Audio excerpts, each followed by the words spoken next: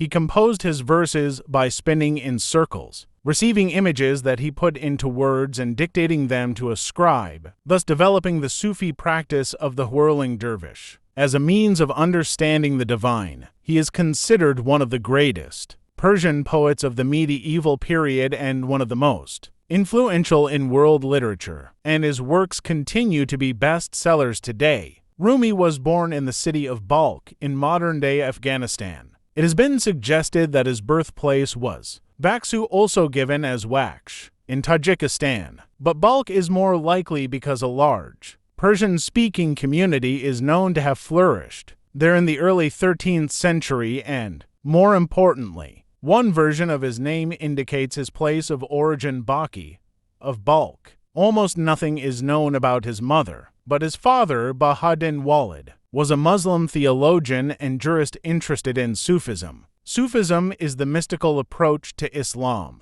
which rejects dogmatic rules in favor of a personal and intimate relationship with God. Sufism is not a sect of Islam, but a transcendent path of personal spiritual revelation based on Islamic understanding. Although many Orthodox Muslims of the time and still today rejected Sufism as heresy, the city of Balkh encouraged its development and supported Sufi masters. It is unknown to what extent Rumi's father immersed himself in Sufism, but Rumi was initiated into the mystical aspects of Sufism by one of his father's former students, Burhanuddin Mohak, which laid the foundation for his later acceptance of this spiritual path. When the Mongols invaded the region around 1215, Rumi's father gathered his family and disciples and fled. During their travels, Rumi reportedly met the Sufi poet Eder of Nishapur, who gave him one of his books, which exerted a considerable influence on the young man.